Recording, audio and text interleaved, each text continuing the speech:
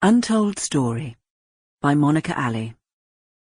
Read by Emma Fielding and Nicholas Farrell. Chapter 1. Some stories are never meant to be told.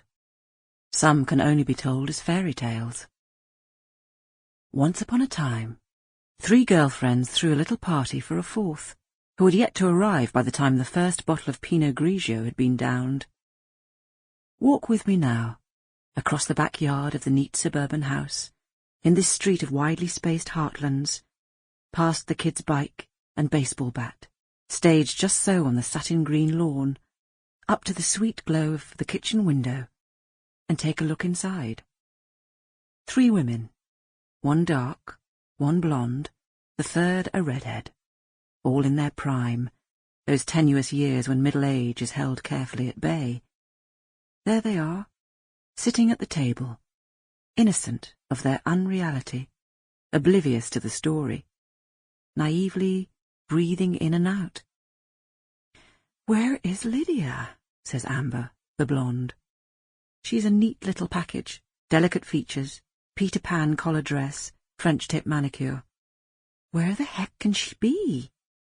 "We're holding off on the sandwiches, right?" says Susie, the dark-haired friend. She didn't have time to get changed before she came out. There's a splash of bolognese sauce on her t-shirt. She made it in a hurry and left it for the kids and babysitter to eat. "These reduced-calorie ruffles? Forget it. Not going there." She pushes the bowl of chips away. "Should I call her again?" says Amber. "I left 3 messages already." She closed up her clothing store an hour early to be sure to get everything ready on time. The redhead, Tevis, takes a small phallus-shaped crystal out of her pocket and sets it on the table. She says, "I had a premonition this morning." "You see a doctor about that?"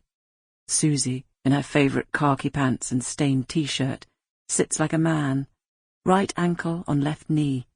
She gives Amber a wink. "You guys can mock all you want," says Tevis.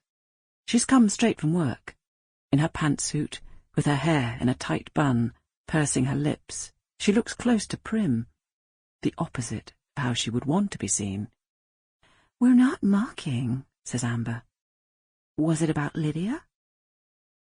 "Not specifically," says Tevis, in a very Tevis way. She cups her hands above the stone. "You carry that around with you?"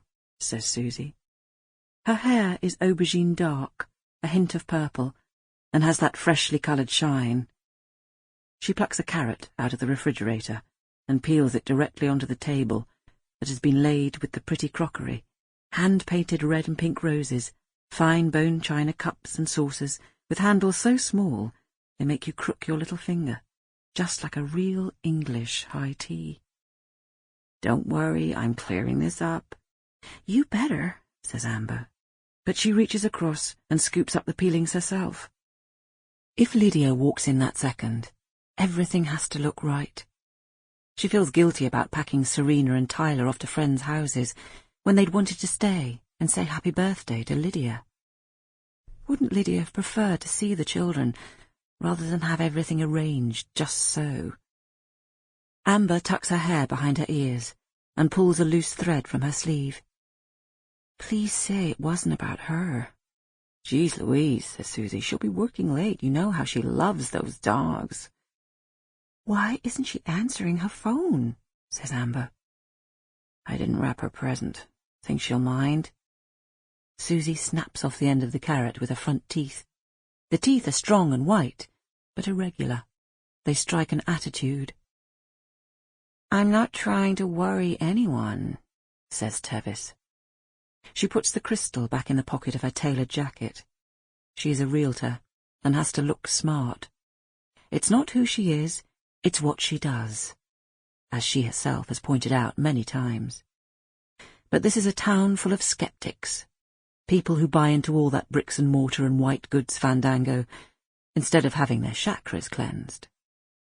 "Seriously," says Susie, "you're not." She loves Tevis. Tevis has no kids, so you talked about other stuff. Susie has 4 kids. Sample complete. Ready to continue?